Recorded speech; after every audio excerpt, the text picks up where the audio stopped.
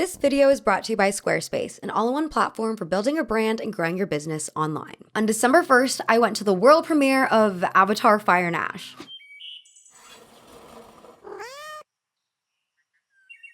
I haven't been to a lot of movie premieres, but the Avatar one was definitely like the most intense one so far. And trust me, this video is not about Avatar, but pause. It was at the Dolby Theater. It was in 3D. There was like a flaming display outside the theater. There were like cosplayers milling about, and there was even a DJ in the theater like playing tracks before the showing started. Now, in all transparency, I had not seen any iteration of Avatar before this year. I just totally missed the boat in 2009. Not to say that I had anything against the movie or franchise. I really didn't know anything about it, but there are just like certain movies, you know, that are so big and it seems like everyone's already seen them. And while it's never too late to watch any movie, it just gets pushed lower down the priority list because I'm dealing with residual FOMO from missing the initial hype. Some other movies that fall into this category for me are like Shawshank Redemption, Forrest Gump, Jaws, Alien, Apocalypse Now. Honestly, anything like directed by Ridley Scott. Fuck you, thank you very much. Fuck you, go for yourself. Go on. I could keep going for a while. I won't embarrass myself further. You get the point. However, I wasn't going to just go into the third Avatar movie without seeing the other two. So the previous week, I watched both of them. And let me tell you, they did get me, especially during the first one. Was it essentially just Pocahontas but in space? Yes. Did I feel we moved on too quickly as a culture from the fact that the main character, Jake Sully, is like transracial or trans-species by the end of the film? Yes. But I still cried during the scene when the military burns down that giant tree. I love an environmental movie. I do. I love the Lorax, the original, missed the boat on the remake, which is impressive considering I was on Tumblr in the early 2010s and the amount of fans who thirsted after the Onceler would shock people today. I mean, this isn't the worst out there. I love all of Studio Ghibli's catalog, especially Nausicaa of the Valley of the Wind, Aaron Brockovich, Okja, Killers of the Flower Moon, etc. But among all these powerful movies, one stays at the top of the mind. Wall-E. And I'm gonna take Wall-E. Wall-E was a prophecy of the future. Wall-E. Magic. Wall-E imagines a future where we humans have polluted Earth so badly that it became uninhabitable and lifeless. The Amazon-like megacorporation, by and large, is implicated in causing this climate disaster, and to remedy the situation, they have funded a giant spaceship called the Axiom to serve as the humans' home in space until Earth becomes inhabitable once again. Humans have also designed robots to help aid us, robots like Wall-E. Wall-E is the current sole custodian of Earth, and his name stands for Waste Allocation Load Lifter Earth. He was literally designed to crunch trash into neat cubes in efforts to clean up our polluted planet. As we can see, there's just too much trash to clean up. When the movie starts, it's actually revealed to have been over 700 years since the humans have left, but every so often the humans will send out robots to survey the Earth's landscape. These robots are called EVEs, or Extraterrestrial Vegetation Evaluators, and their main directives are to find plant life on Earth as to signal to the humans that it's safe to return. It's now possible for life to grow. One day, Wall-E comes across and befriends one of the EVEs, eventually showing her a plant he has discovered, which brings them back to the Axiom to alert the humans.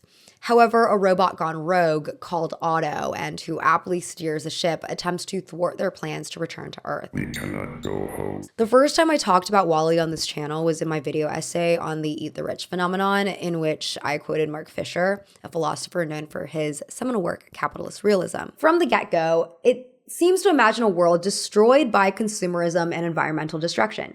The humans have even relocated onto a spaceship. But rather than creating a new world rooted in a new system, capitalism seems to thrive on this spaceship as well. I ended up cross-promoting the clip about Wall-E onto Instagram Reels and was surprised to see how many people had opinions about the movie. Some agreed that the film had neoliberal underpinnings. Some argued that Wall-E is actually supporting collectivity, specifically with how the humans come together in the end.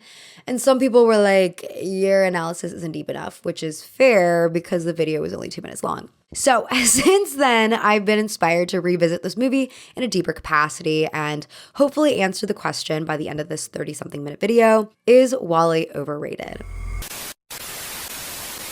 Squarespace is a fantastic platform to help you build the website of your dreams for both desktop and mobile optimization. They have tons of pre-made templates and extra customization options to make your website uniquely you. They offer so many capabilities and tools to help you grow your business, including like email campaigns and newsletters, which help you build connections with your clients and/or audience. Speaking of clients, you can easily set up a store on Squarespace so you can sell custom merch, create a passive income stream that engages your audience and scales your brand. All you have to do is design your products, and production, inventory, shipping are handled for you, saving you time, money, and effort. Check out squarespace.com for a free trial, and when you're ready to launch, go to squarespace.com/Mina to get 10% off your first purchase of a website or a domain.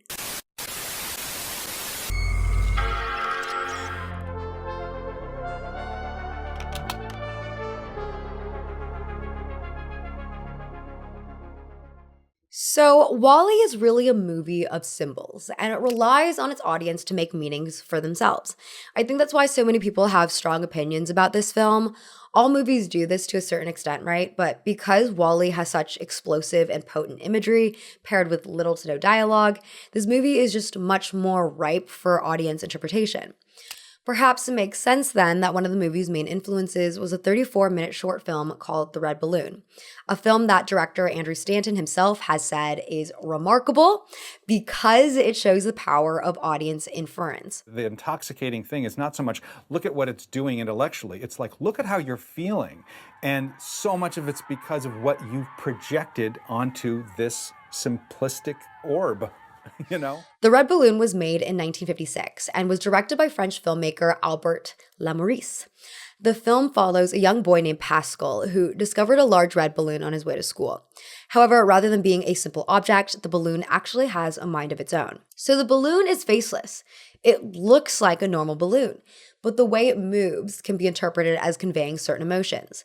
This was the basis for Wall-E.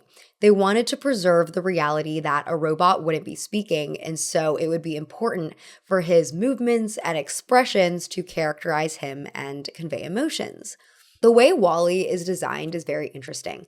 He's got these giant binoculars as eyes, he has arms and hands, and most notably, he's dirty and rusted all over. Despite the fact he's a robot, they've managed to make him look very cute. As Wall-E's designer Ralph Eggleston says, the first impression we wanted the audience to have is childlike. They were about to watch a whole feature starring a bucket of bolts. We needed to grab their hearts as fast as possible. Since Wall-E was going to be a primarily pantomime character, making his eyes bigger seemed a logical choice. Adding the mechanical details of the inner workings of lenses and binoculars gave Wall-E's eyes a range of subtlety that gave the animators more to express with. I agree that it's important to make your robot protagonist childlike, not only because Wall-E is a children's movie, but in general, it's a comforting image. It gives people the impression that the robot is harmless and can be overpowered. There's a study showing people's reactions towards AI and robots across different science fiction films, and unsurprisingly for movies with childlike robots such as Wall-E and Star Wars, people left with much more positive impressions than for movies like The Matrix and Terminator, which show stronger and eviler depictions of technology. Desire is irrelevant. I am a machine. Wow. The fact that Wall-E is made up of all these mechanical parts also allowed the sound design team to get more granular and use sound as a way to bring forward Wall-E's behavior and emotional life. For instance, when Eve's spaceship first lands on Earth, Wall-E undergoes a series of very precise movements to display his caution and interest. When I replayed the clip back in slow-mo, I counted about 20 different sounds that Wall-E makes while loading to approach.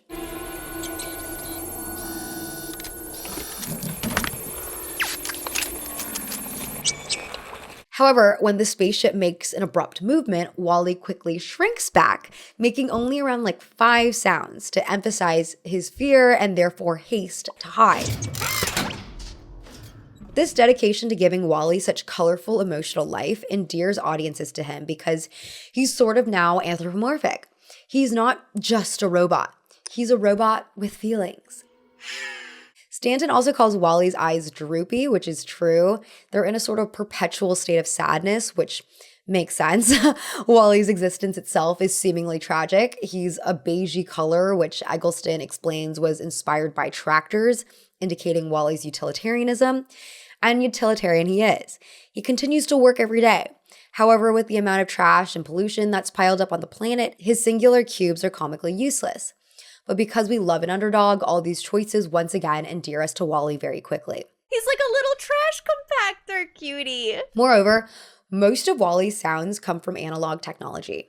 Sound designer Ben Burt used sounds from a number of devices, such as an old army generator and an inertia starter, which was used to start the engine on an old airplane.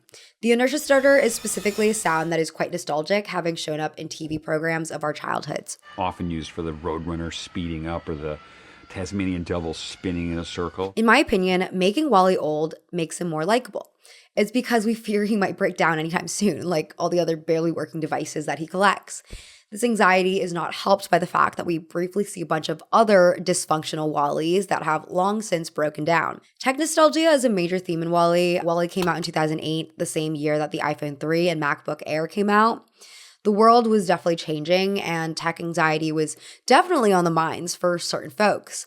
Since then, it's only gotten worse with the proliferation of ChatGPT, the phenomenon of iPad kids, and screen addiction in general going up. In some ways, Wall-E has become more relevant than ever, especially as more and more people embrace analog devices in protest of modernization. For example, in 2011, vinyl sales made up just 1.7% of physical sales of media, according to MRC data. By 2021, they made up 50.4%. In contrast to Wall-E's design, the main villain and most powerful robot on board, Otto, is representative of sleek new technology. He's in the shape of a wheel, though it looks to have like a threatening red eye, and is somewhat disembodied as he's able to control the whole ship through his programming. It's, of course, ironic that Steve Jobs was still at Pixar when Wall-E was in development, because to me, Otto is very much in line with Apple aesthetics. But like Mark Fisher explains, Wall-E is not really an anti-capitalist movie. Instead, it seems to argue for a middle ground. Ultimately, Wall-E, the robot, still cherishes objects. So maybe that was how Steve was placated into supporting this film. I don't know.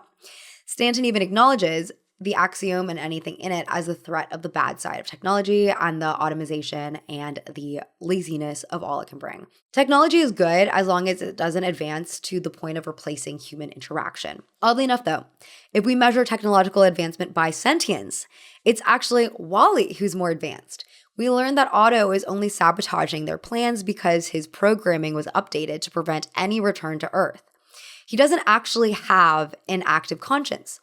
Meanwhile, Wall-E and Eve are able to completely deviate from their directives and pursue their own agendas. Wall-E leaves Earth to pursue Eve. Eve is willing to abandon her mission to save Wall-E. Wall-E and Eve are more sentient in their ability to feel love, which is visually represented by their hand-holding. Hand-holding is a primitive form of touch that the humans aboard the Axiom have actually lost, as we see them literally video calling the people sitting right next to them. The new robots on the Axiom don't really use their hands either. Eve's hands naturally retract into her body, and most of the robots will apprehend their victims through lasers that don't necessitate actual contact. However, Wall-E learns the importance of hand-holding from watching Hello Dolly on his VHS player. I would say that it's also then Wall-E's connection to this musical that makes him less threatening. It's clear he is a student of the human world, and his desires are innocent and simple, like wanting love and wanting to do his work, which reinforce his childlike naivety. We are afraid of Otto precisely because he doesn't want anything at all. He has no morality and therefore can't be negotiated with. Also, the fact that a disembodied voice is coming from a system embedded in the walls is understandably terrifying. It lends itself to claustrophobia and an environment of surveillance. Open the pod bay doors, Hal. I'm sorry, Dave. I'm afraid I can't do that. I would also argue that it's because Wall-E is still clearly a robot by design that we were able to deal with his sentience. It's the uncanny valley, right? The idea that a robot could masquerade as a human that bothers us. It's why Samantha and her and Ava and Ex Machina are so disorienting. They can trick us into believing they're human. Your head's been so fucked with. Meanwhile, the threat of Wall-E is contained. He's just a robot who believes in the goodness of Earth and who falls in love with other robots, not with humans. Overall, Wall-E and Eve represent the positive sides of technology, one where the robots are designed to and serve human interest in life. As David Whitley explains in his article, Wall-E Nostalgia and the Apocalypse of Trash, whereas the humans have disposed of their stuff, their history, and their planet, Wall-E treasures all of it. Wall-E sees the potential in the Earth long before the humans do. In fact, the dirt Wall-E brings onto the ship inspires the captain to begin researching Earth, a process which turns him into an advocate for returning home. I feel like the way that Wall-E, Eve, and Otto are designed is really clear. It's clear how we're supposed to feel about each of those characters, and it's clear to me that the movie is arguing... What are you doing? That the movie is arguing not for a complete abandonment of technology, but for a future where technology can actually assist us. Also, Wall-E and Eve are likable, and that's really the most important part to me in creating a good story, crafting characters that we want to root for, which again is hard to do when they don't even speak. Pixar did a really good job, no surprises there. I think where we got a lot messier though is through the depiction of the humans.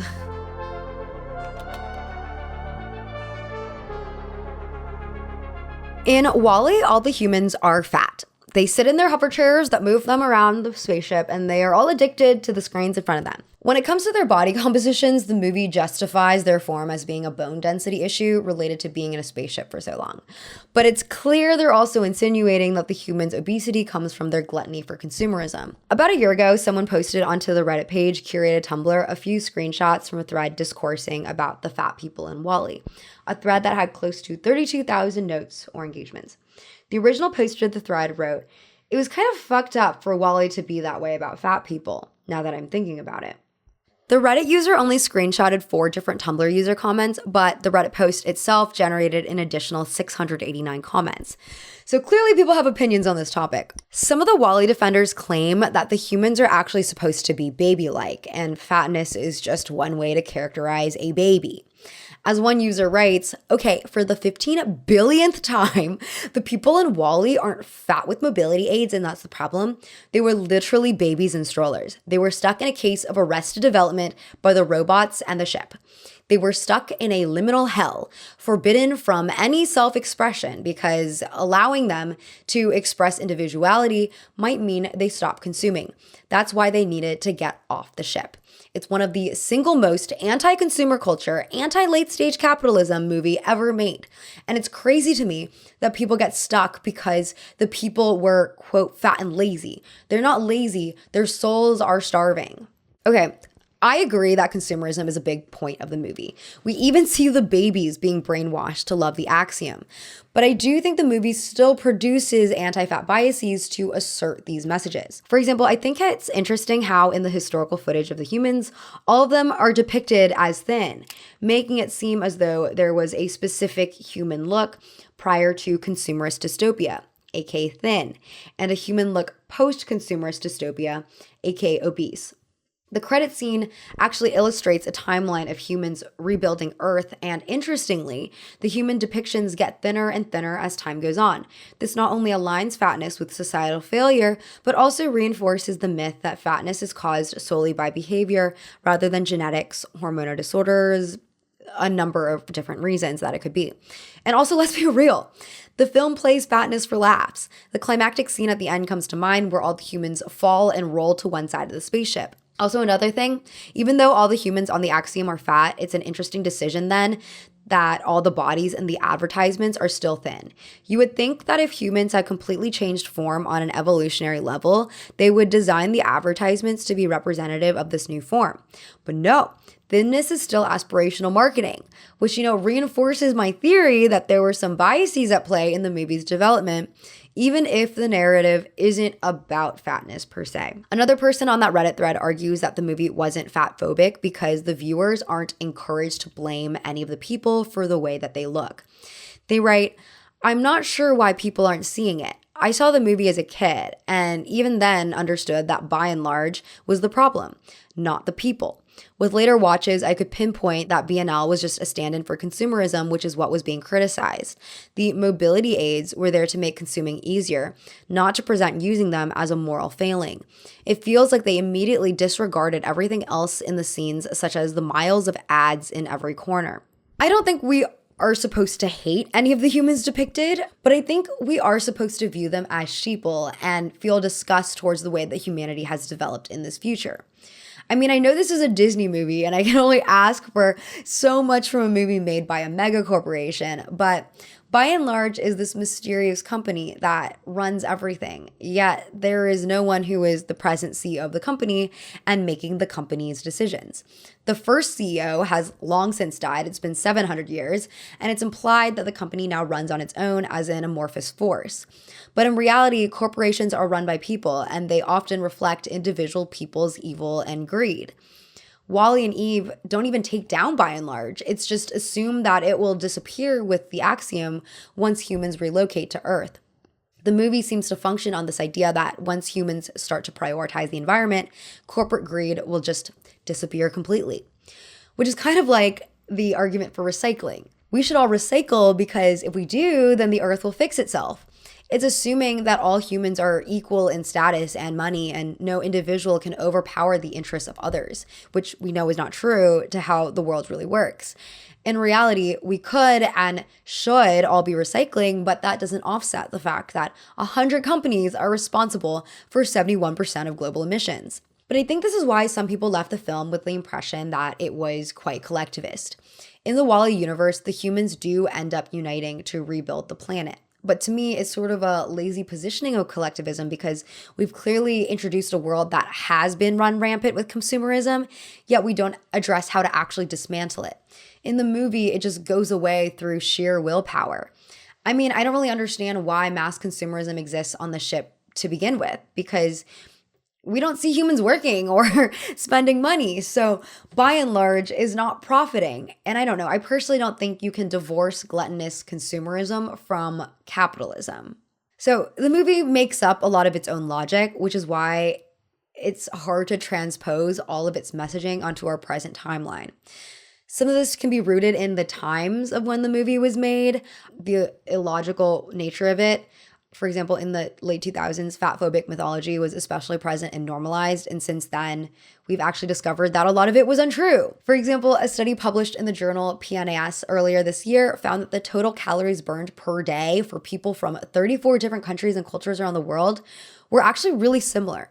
According to NPR, when they adjusted for body size, the researchers Herman Pontzer and his colleagues found that people from populations with higher obesity rates burned only slightly less total energy per day than those from populations that weighed less.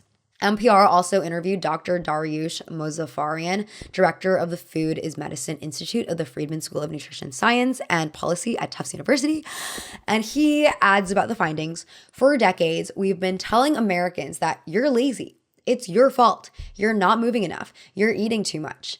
And I think what this study shows is that there's really complicated biology happening and that our food is driving this.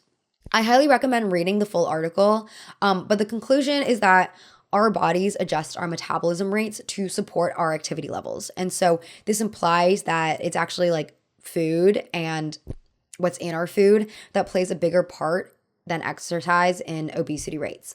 You probably wouldn't be obese just from sitting in a hover chair all your life, is what I'm saying. I mean, to be fair, we do see the Wall-E humans drinking burger smoothies, but I'd argue it's the lack of physical movement that is really emphasized as the reason why the humans look the way that they do. It's why the captain taking his first steps off the hover chair is such a memorable scene. It's why dancing and hand-holding are such important motifs in the film. The humans' lack of movement on the axiom is representative of how they've become passive consumers. 2 laps around the ship's jogging track will get you back in shape in no time. We have a jogging track? But again, is fatness really the most responsible way to paint that picture? In 2008, Daniel Engber drew up a trend in narratives linking climate change with obesity, citing a 2008 Washington Post article that compared childhood obesity to global warming and a 2007 Associated Press story called Fighting Fat and Climate Change, which claimed that we could cut annual CO2 emissions by 64 million tons if every American just got out of his car to walk for half an hour a day. These myths have been circulating for decades, going back to the oil crisis of the 1970s when, quote, a pair of economists calculated that we could save 1.3 billion gallons by getting all overweight Americans to optimum body weight. Engberg claims that these associations between fatness and climate change are political framings by eco-liberals to scapegoat and infantilize middle America as being our dumb cousins who are more easily brainwashed by corporate interests. There's probably some truth in that. I'd also argue that it's these rich corporate heads who are trying to distract from the fact that they're polluting so much by pushing the blame onto individuals. Once again, 71% of global emissions from just 100 companies. And whether or not the film intended for this to happen, the reality is that at the time, journalists proliferated the fat phobia in Wall-E, tying the film to the obesity epidemic. For example, in 2008, Wire reported an article with the headline, Wall-E's World, 86% of Americans could be fat by 2030. The human's fatness is only one of its flaws, though. People have also pointed out that the movie is similarly flawed in its depiction of disability. The humans in Wall-E are seen as lazy and helpless for needing the use of assistive technology.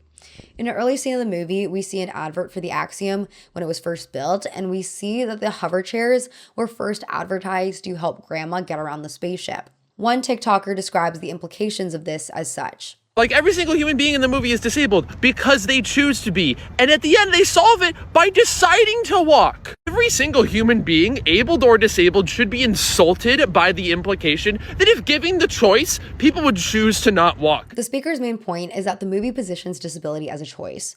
Another TikToker notes that the resolution of Wall-E is to show humans taking their fate into their own hands and standing up on land, which implies that with resolve and effort, humans can lift themselves out of fatness or disability. You gave us that resolution while depicting a bunch of people who are canonically fat and disabled, and you decide to show their version of taking their destiny into their own hands and living as standing up out of their chair. Now, I do not think Wall-E intended to make any sort of disparaging narrative about disability.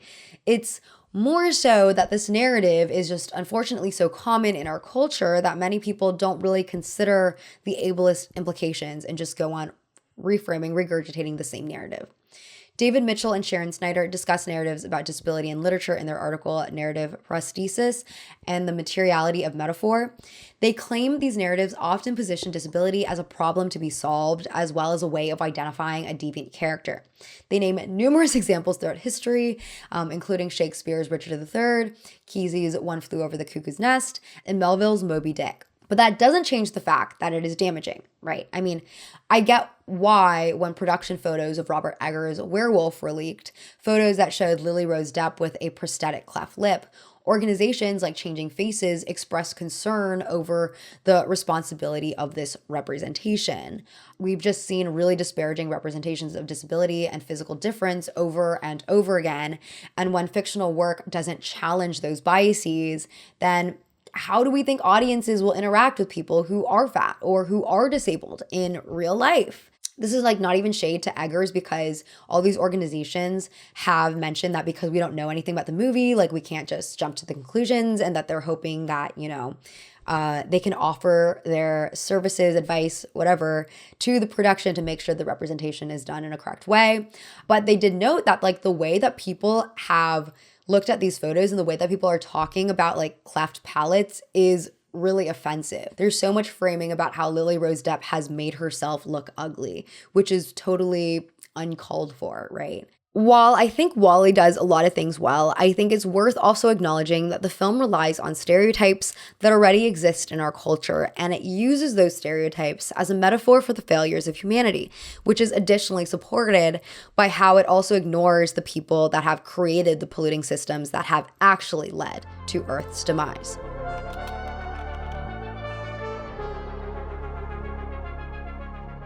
As I said before, though, Wall-E remains, in my eyes, one of the most significant climate justice movies. But let's unpack that, because maybe I'll change my mind.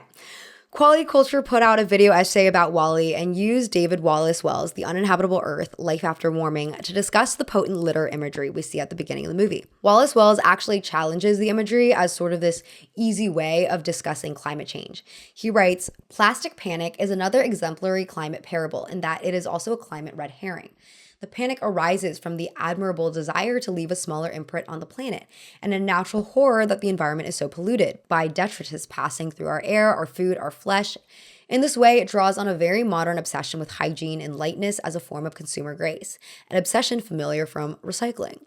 But while plastics have a carbon footprint, plastic pollution is simply not a global warming problem, and yet it has slid into the center of our vision, at least briefly. The ban on plastic straws, occluding, if only for a moment, the much bigger and much broader climate threat. By the way, I want to clarify that despite reading this quote out loud to you guys, I do think plastic waste is bad. As we've seen with Happy Feet, another climate justice movie, it can strangle our wildlife. It can also destroy important ecosystems, and it can break down into harmful microplastics, something that I'm always concerned about and something that I feel like there's not enough research about what that will mean for us. But just take a look at the Great Pacific Garbage Patch. It's disturbing. But I think Wallace-Wells' point still has merit in the sense that climate change is a vastly complex issue that we've tried to simplify into certain buzzwords and references to make it more easily digestible.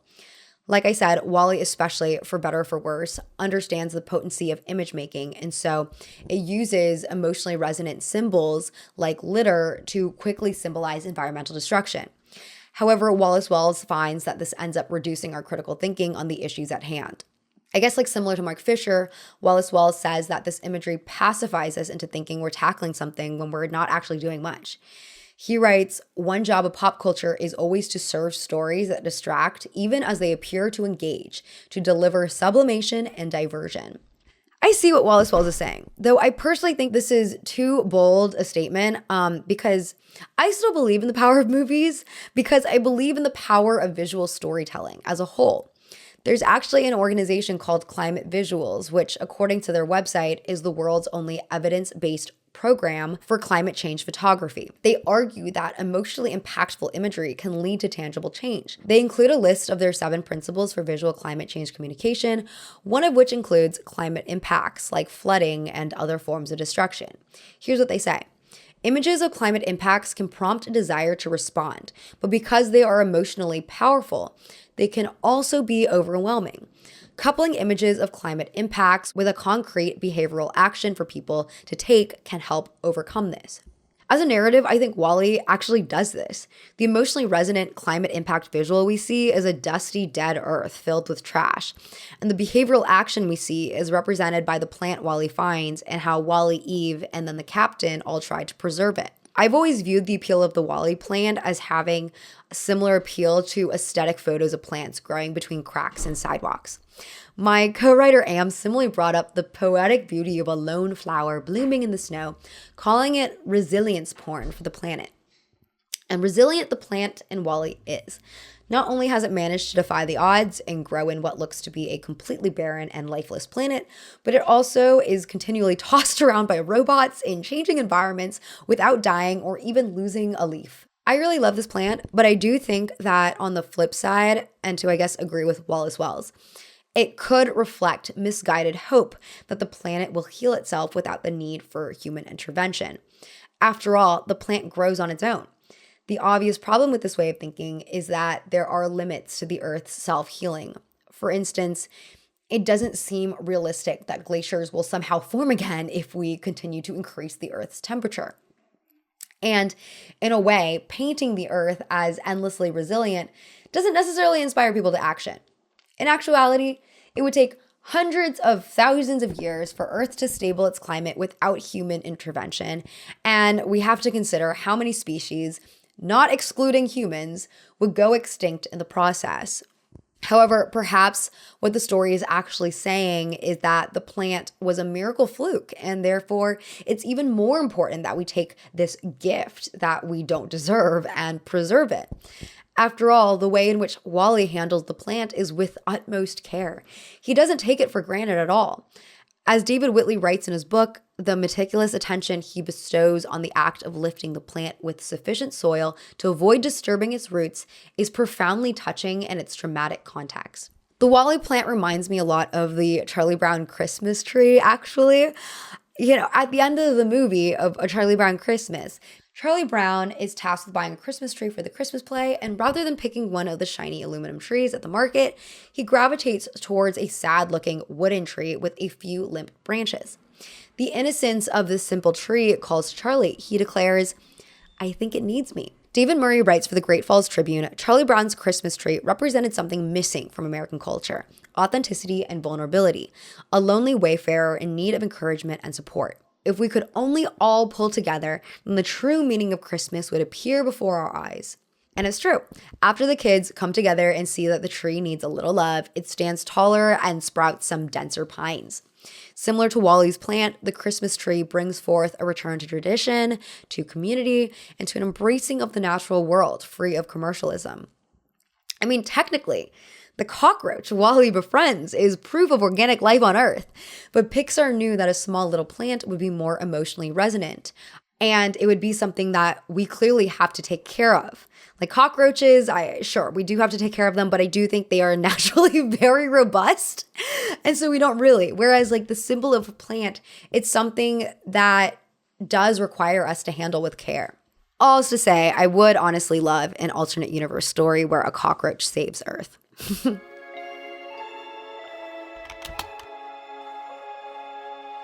Despite everything, I do like Wall-E. Something I hadn't mentioned yet is that I think it's always important to consider the medium. After all, it's a fictional children's film. That means that it's first and foremost supposed to be entertaining. It's not a documentary. Its job is not to get us to actually do something. Any activist message is a second string sort of thing. However, children's films tend to also be very enchanting, and that is an aspect I find to be very hopeful and very important. I agree with David Whitley, who aptly acknowledges what Wall-E fails to do in his book, but yet he still offers an optimistic conclusion. No doubt this is not in itself enough to heal our fractured lives or redeem our future, but we clearly need fables of enchantment of this imaginative quality if we are to develop the kind of ethical generosity and grounded vision that are necessary, as the film puts it, to live fully or even perhaps to survive. I really relate to this need for fables of enchantment, stories that really tug at the heartstrings. We can discuss and argue all day about how Wall-E delivered certain messages, about logical fallacies in the story, what it says about consumerism, but I think we can all at least agree that the movie left us with an impression that the Earth's greenery is beautiful. When I watched Wall-E as a child, I didn't need to know anything about the specific extent of plastic's impact on climate change or corporate versus individual responsibility. I just had to know that the Earth was worth protecting. So with that said, as an environmental movie for children, I don't think it's overrated at all. Okay, thanks guys for listening. This is the end of the video. This is gonna be the last video of the year, so I'll see you in the new year. Bye.